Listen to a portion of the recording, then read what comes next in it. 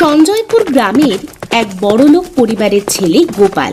সে খুবই দাম্ভিক আর অহংকারী। তার প্রতিটা কথায় বংশমর্যাদা আর জমিদারির কথা যেন প্রলক্ষিত হয়। বাবা, তোমার সাথে আমার কিছু কথা আছে, যদি আজ্ঞা দাও তাহলে আমি বলতে পারি। হ্যাঁ বাবা, বল, কি বলতে চাস?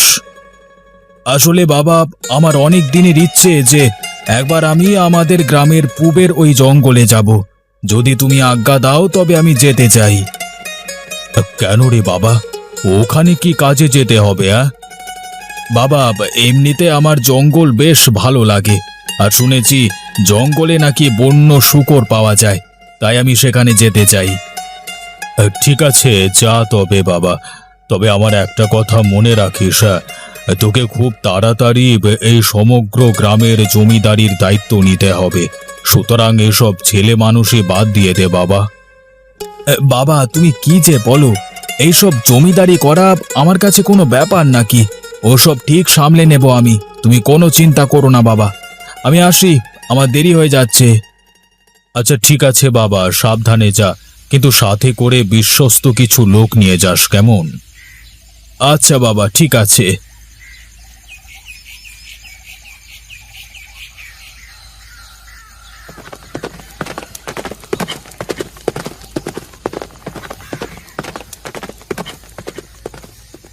আজকে জঙ্গলের অনেক ভেতরে যেতে হবে, বুঝলি? একটা বিশাল বড় বন্য শূকর শিকার করতে হবে। হ্যাঁ বাবু, আপনি জমিদার বাবুর ছেলে, আপনার এসব করা কি দরকার? আপনি আরামে চেয়ারে বসে শুধু হুকুমত চালাবেন। আরে, আমি যে জমিদার বংশের ছেলে তার প্রমাণ দিতে হবে না? শুধু হুকুমত চালাতে তো সবাই পারে, বীরের মতো শিকার করতে পারে কজন বল? তা কিন্তু বাবু, আপনি একদম খারাপ বলেননি। ঠিক আছে, চলুন, জঙ্গলের কত ভেতরে যাবেন, আমরা আসি আপনার সাথে। জঙ্গলের মাঝখানে একটা বিশাল বড় নদী আছে, ওই নদী পার হয়ে ওপারে যেতে হবে। শুনেছি ওখানে নাকি অনেক বন্য প্রাণী পাওয়া যায়। আচ্ছা ঠিক আছে বাবু, তাই চলুন। সামনে কোনো বিপদ আসলে গুলি করে একেবারে খুলি উড়িয়ে দেব। তুই সেটার সুযোগ পাবি না, তার আগে আমি গুলি করে খুলি উড়িয়ে দেব।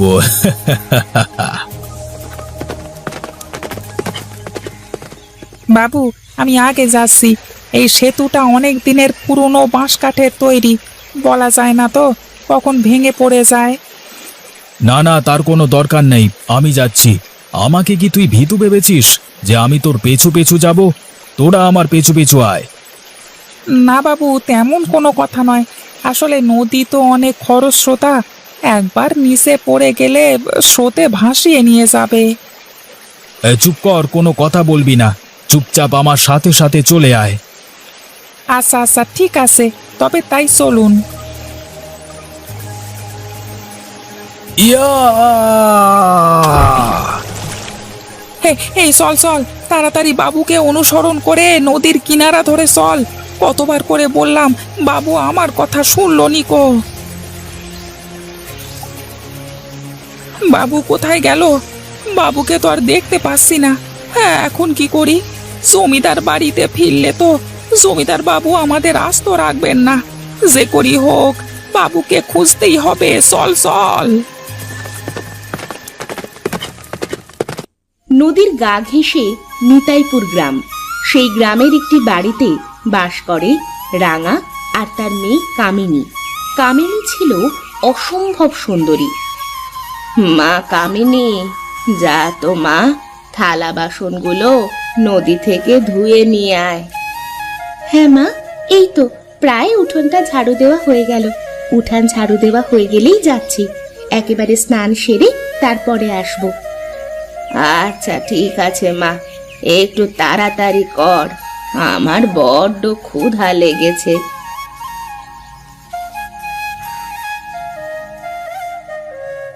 ওহ, কখন যে কাজ শেষ করে একটু শান্তিতে দুদণ্ড বসবো কে জানে। সকাল থেকে একটার পর একটা কাজ করেই যাচ্ছি। আরে আরে, এ কি? একটা লোক মনে হচ্ছে নদীতে ভেসে যাচ্ছে। লোকটাকে যেভাবে হোক বাঁচাতে হবে।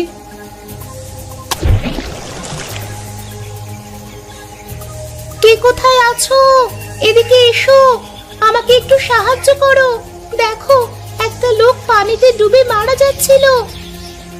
কি ব্যাপার দিদি, কি হয়েছে? এই লোকটা এখানে এমন করে আছে কেন? আমি নদীতে থালা বাসন ধুতে এসে দেখি লোকটা মাঝ নদী দিয়ে স্রোতে ভেসে যাচ্ছে। তাই আমি সাঁতরে গিয়ে তাকে পাড়ে নিয়ে আসলাম। ঠিক আছে ঠিক আছে, লোকটাকে তো এখন সুস্থ করে তুলতে হবে। তোমরা কেউ লোকটাকে তোমাদের বাড়িতে নিয়ে গিয়ে সেবা যত্ন করে সুস্থ করে তোলো। না না বাবা, আমরা এসব ঝামেলার মধ্যে নেই। তখন যাই করি না কেন আমাদের ঘাড়ে দোষ পড়বে। খামোকা আমরা এই ঝামেলার মধ্যে যেতে যাচ্ছি না। ছি, কেমন চিন্তা ভাবনা তোমাদের! একটা লোক মারা যাচ্ছে আর তোমরা কিনা এসব ভাবছো? আরে তোর যখন এতই দরদ তখন তুই নিয়ে যা না, আমাদের কেন বলছিস? তুই লোকটাকে বাড়িতে নিয়ে গিয়ে যা করবি করকে যা। এই চলো চলো চলো রে সবাই, এখান থেকে চলো। যত সব। এ কি, তুই আবার দাঁড়িয়ে আছিস কেন? তুইও যা বাকি লোকগুলোর মতো। না গো দিদি, লোকটাকে এখানে ছেড়ে কোথায় যাব? আর আমার তো কেউ নেই যে আমি বাড়িতে নিয়ে যাব লোকটাকে। তাহলে এক কাজ কর না ভাই, তুই লোকটাকে আমার বাড়িতে নিয়ে যেতে সাহায্য কর। যা বলছো ভেবে বলছো দিদি, এলাকার লোকজনে কিন্তু তোমাকে পরে খারাপ ভাববে। এলাকার লোকজনের ভয় তো আমি লোকটাকে এখানে এভাবে পড়ে পড়ে মরতে দিতে পারি না, তাই না? তুই বেশি কথা না বলে চল চল, লোকটাকে ধরে আমার বাড়িতে নিয়ে আয়। আচ্ছা আচ্ছা ঠিক আছে দিদি, তাই চলো তবে। আমি নিয়ে যাচ্ছি লোকটাকে তোমার বাড়িতে।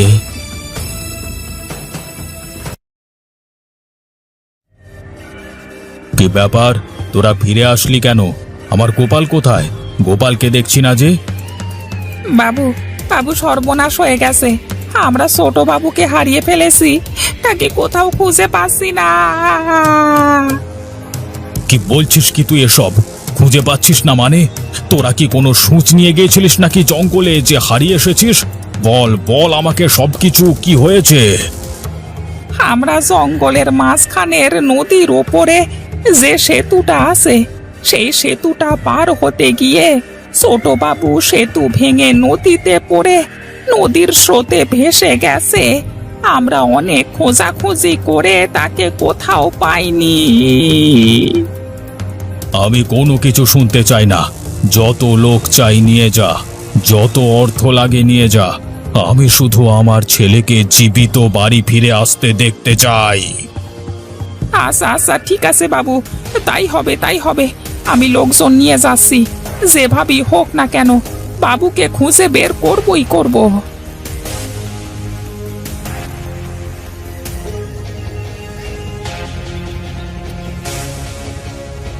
এই কোথায় গেলি কামিনী? বেরিয়ে আয়।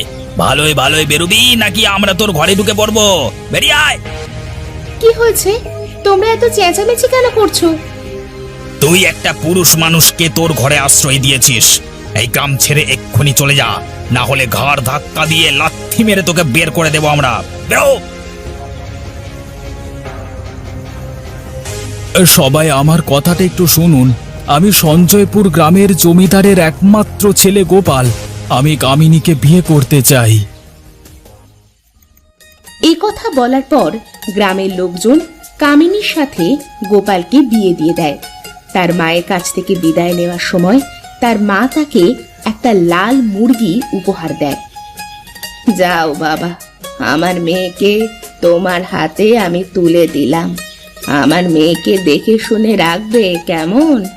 আর শোন, আমার কথা শোন, এই মুরগিটাকে অনেক যত্নে লালন পালন করবি। দেখবি এই মুরগিটাই একদিন তোর অনেক কাজে আসবে। আচ্ছা মা, ঠিক আছে। আমরা তাহলে আসি মা। খুশি হয় আমি এসে আপনাকে নিয়ে যাব। না বাবা, আমি কোথাও যাব না। আমি আমার শ্বশুর মশাইয়ের পা আঁকড়ে ধরে বাকি জীবনটুকু এখানেই কাটাতে চাই। আচ্ছা, আমরা সেটা পরে ভাববো। এখন আমাদের যেতে আজ্ঞা দিন। আচ্ছা ঠিক আছে, যাও বাবা। আমার দোয়া সব সময় তোমার সাথেই থাকবে।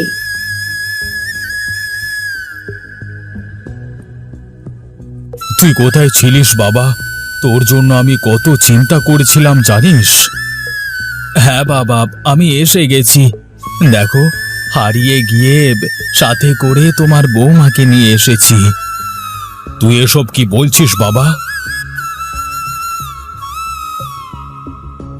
তোমাকে অনেক ধন্যবাদ বৌমা, আমার ছেলের প্রাণ বাঁচানোর জন্য।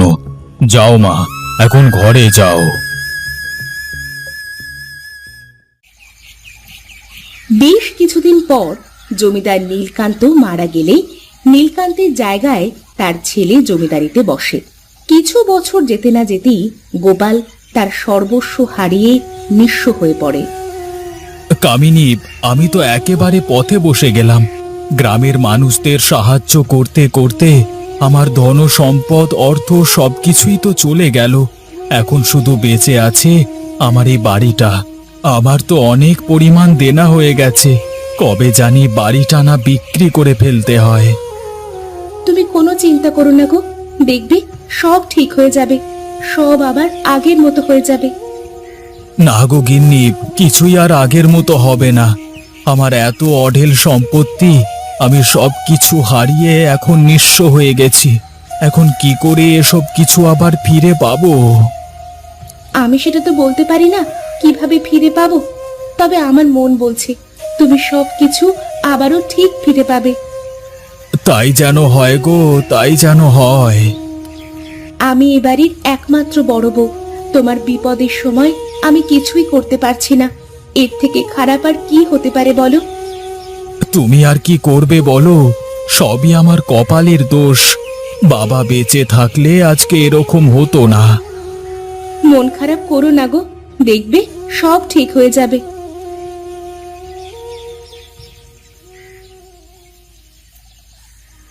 আরে দেখো, মুরগিটা 3টে ডিম পেড়েছে, আর ডিমের রংগুলো দেখে তো মনে হচ্ছে সোনার ডিম। আরে তাই তো, তাই তো। এক কাজ করো, ডিমগুলো আমার কাছে নিয়ে এসো তো দেখি।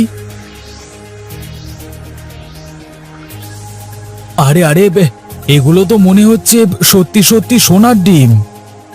হ্যাঁ হ্যাঁ, তাই তো, এগুলো তো সত্যি সোনার ডিম। তার মানে মা যা বলেছিল আজ তাই হলো। আমাদের এই বিপদের দিনে মুরগিটা আমাদের কাজে আসলো। হ্যাঁ গো হ্যাঁ, এই ডিমগুলো আমরা বাজারে বিক্রি করে অনেক টাকা পাবো। সেই টাকা দিয়ে আমাদের সব হারানো সম্পদ আমরা ফিরে পাবো।